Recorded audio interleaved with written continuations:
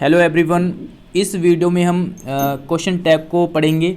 इसके कुछ importance rule हैं वो हम यहाँ पर डिस्कस करेंगे। और इससे पहले हमने वॉइस और नरेशन पे जो है वीडियो कंप्लीट कर ली है, और उससे पहले और भी कुछ चैप्टर हमने कंप्लीट कर लिए है। वॉइस और नरेशन के लिए आपको क्वेश्चंस मिलते रहेंगे अब डेली। किसी किसी दिन स्किप हो सकते हैं, बस बाकी डेली क्वेश्चन आपको मिलेंगे। दूसरी बात यह है कि अब कुछ मिक्स क्वेश्चन भी मैं आपको देना शुरू कर दूंगा, ठीक है ना। अगले महीने से इस महीने में 1 या 2 चैप्टर और करा करके मिक्स क्वेश्चन आपको मिलने शुरू हो जाएंगे, चाहे वो एरर से हो या फिर सेंटेंस इम्प्रूवमेंट, मतलब किसी भी टॉपिक से मैं आपको मिक्स क्वेश्चन दिया करूँगा, ठीक है। तो इस तरीके से जो है अब आपके अगले महीने से प्रैक्टिस चलेगी, प्लस साथ में जो ग्रामर के चैप्टर रह रहे हैं अभी 4-5 उनको भी हम कवर कर लेंगे बहुत जल्द, ठीक है ना। तो इस वीडियो को आप आराम से देखिए, और जो इम्पोर्टेंट रूल है बस इतना ही करना है आपको क्वेश्चन टैग में।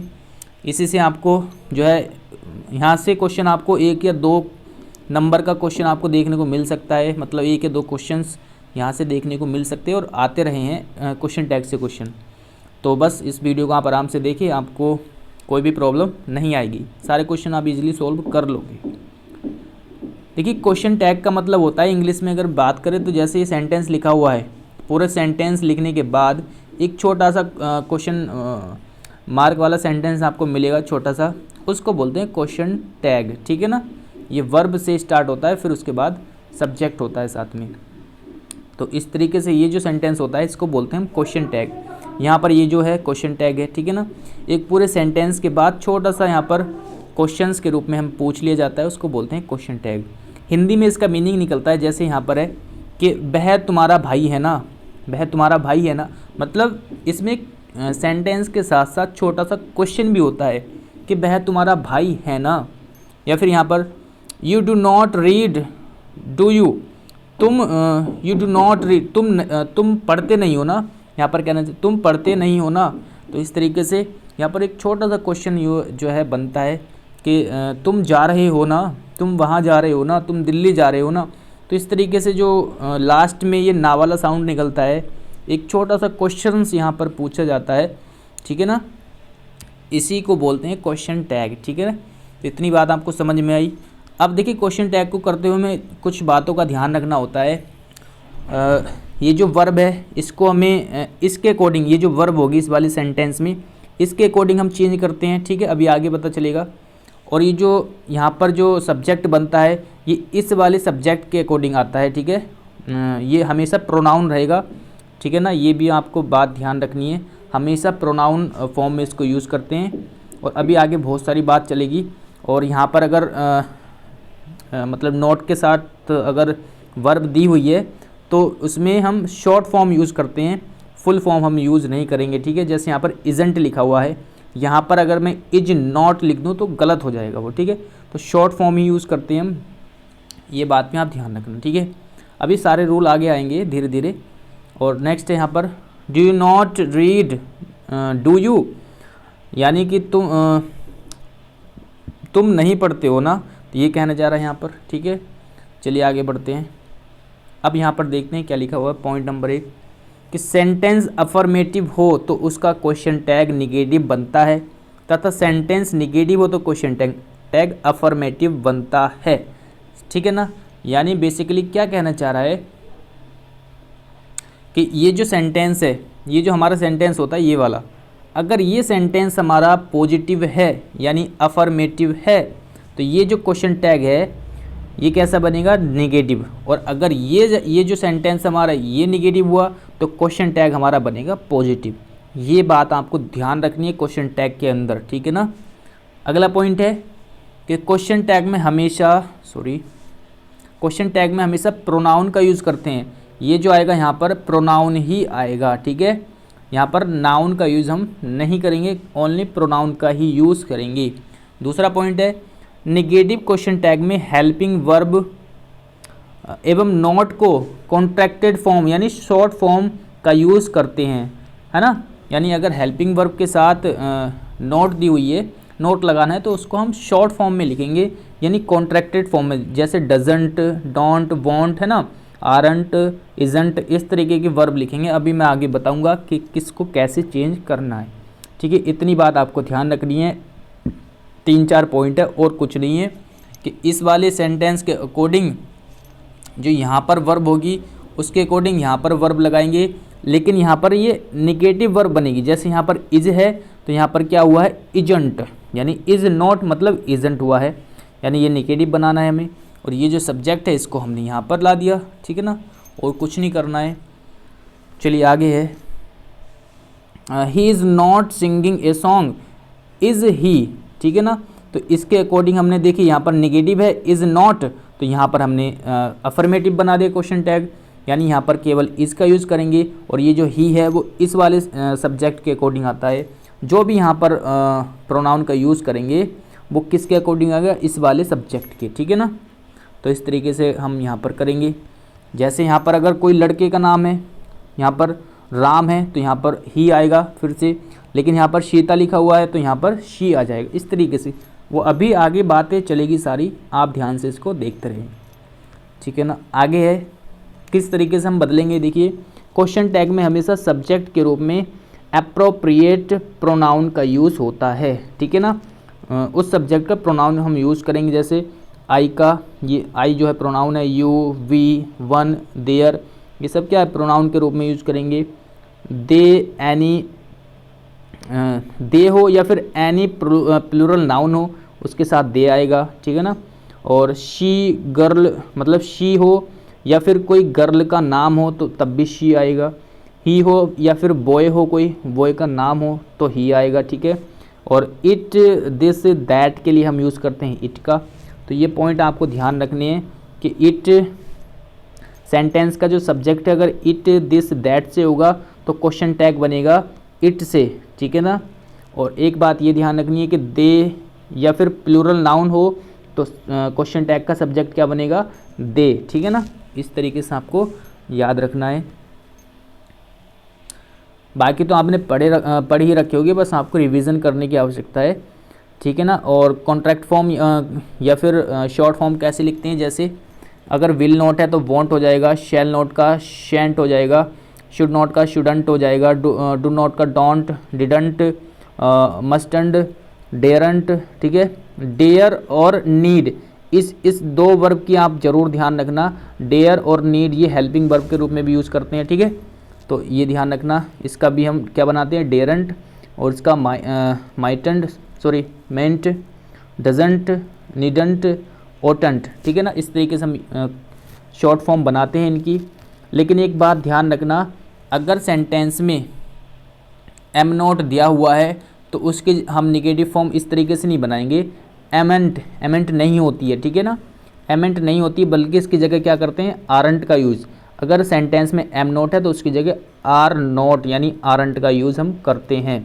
यानी आरंट, एमेंट आई नहीं होता, क्योंकि एम का यूज़ हम आई के साथ करते हैं, तो एमेंट आई नहीं होगा बल्कि आरंट आई होगा, ठीक है। तो ये बात आप ध्यान रखना कि आरंट का यूज़ करेंगे, एमेंट का यूज़ नहीं करते हैं। जैसे फॉर एग्जांपल यहाँ पर एग्जांपल है, he sings well, does not ही, तो डज नॉट नहीं आएगा, मैंने कहा शॉर्ट फॉर्म यूज़ करते हैं, ये सेंटेंस गलत हो जाएगा हमारा क्वेश्चन टैग।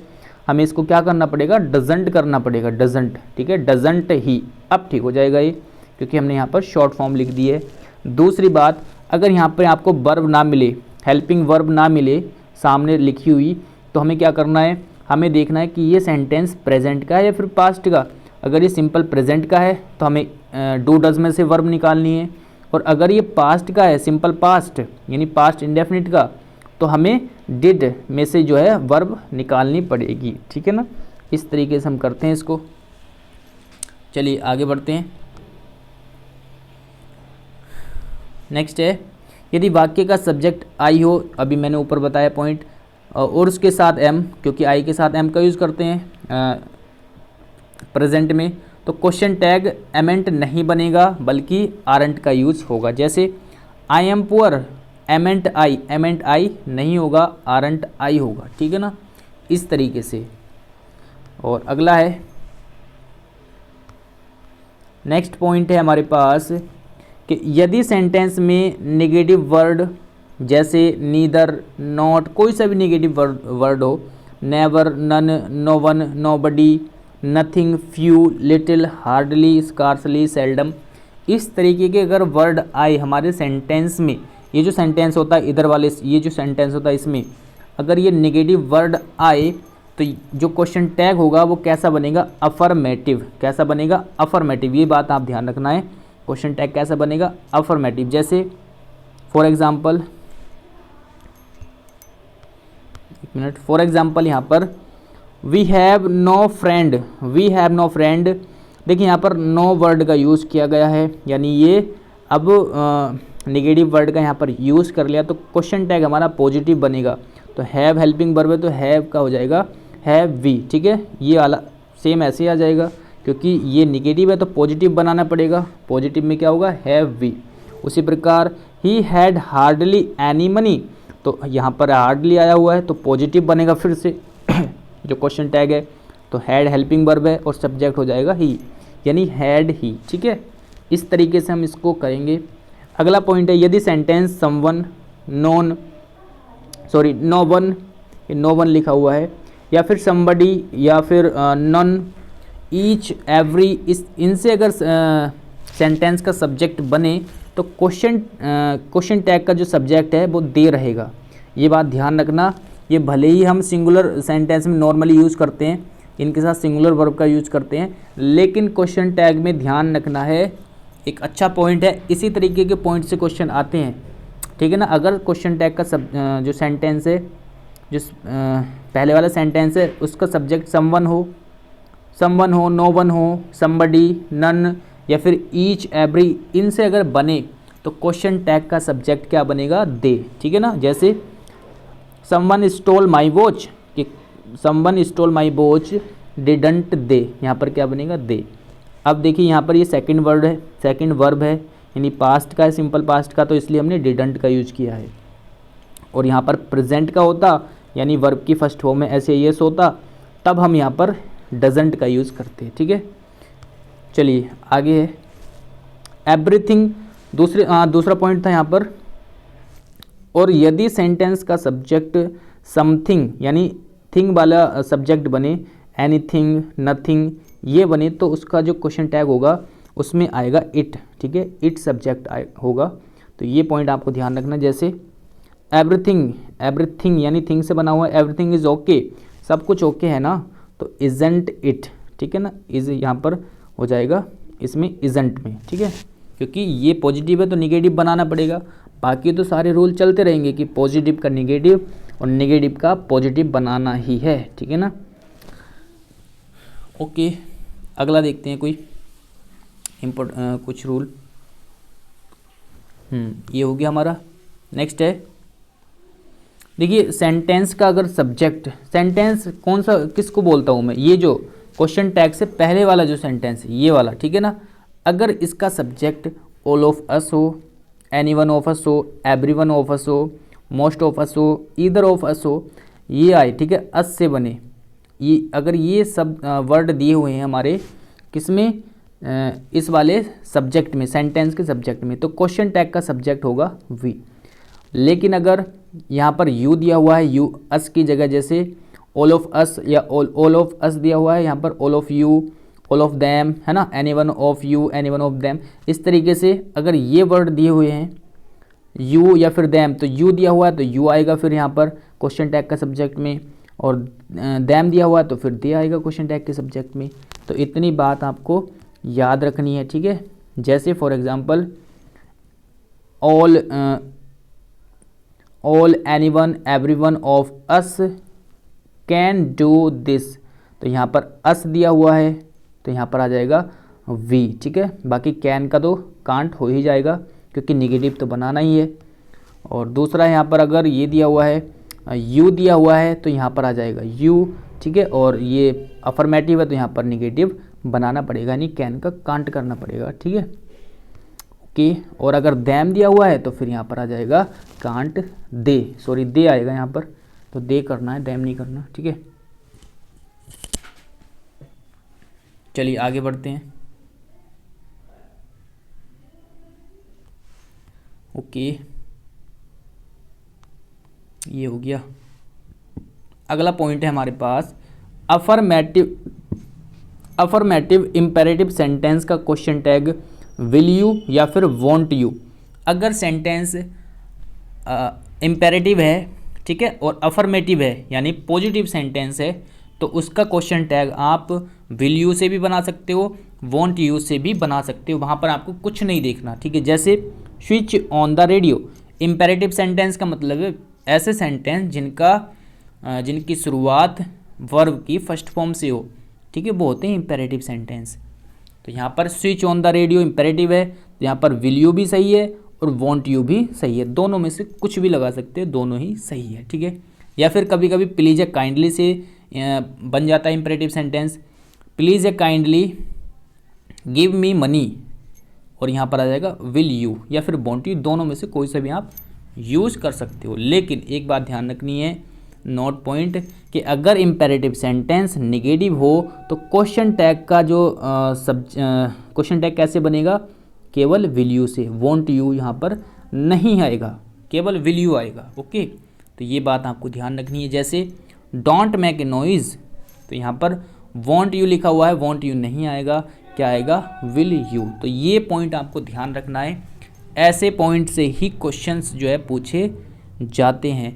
तो अच्छे से एक बार इसको पढ़ लेना, पीडीएफ से भी पढ़ सकते हो आप दोबारा, ठीक है।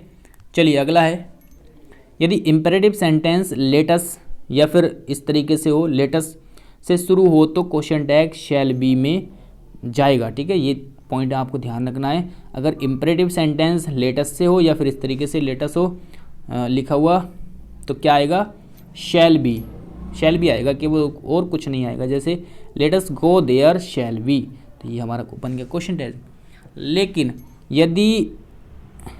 यदि लेट के बाद यहाँ पर मी हो, हिम, हर, एनीवन, ये हो इनमें से कोई सा, तो जो क्वेश्चन टैग है वो विल यू से बनेगा। क्या से बनेगा, विल यू से। जैसे let me do this work, तो लेट मी आया हुआ है, तो यहाँ पर होगा विल यू।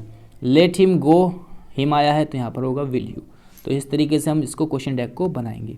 ओके, इसमें इतने ही रूल थे और ज़्यादा बड़ा चैप्टर नहीं है, बहुत छोटा सा चैप्टर था क्वेश्चन टैग का। इसके हम क्वेश्चंस करेंगे, तब क्वेश्चन करने से पहले एक बार आप अच्छे से रिवीजन कर लेना, इस पीडीएफ को पढ़ लेना या एक बार बुक से भी पढ़ लेना, ठीक है ना, तो आपको प्रॉब्लम नहीं होगी। ओके, मिलते हैं नेक्स्ट वीडियो में।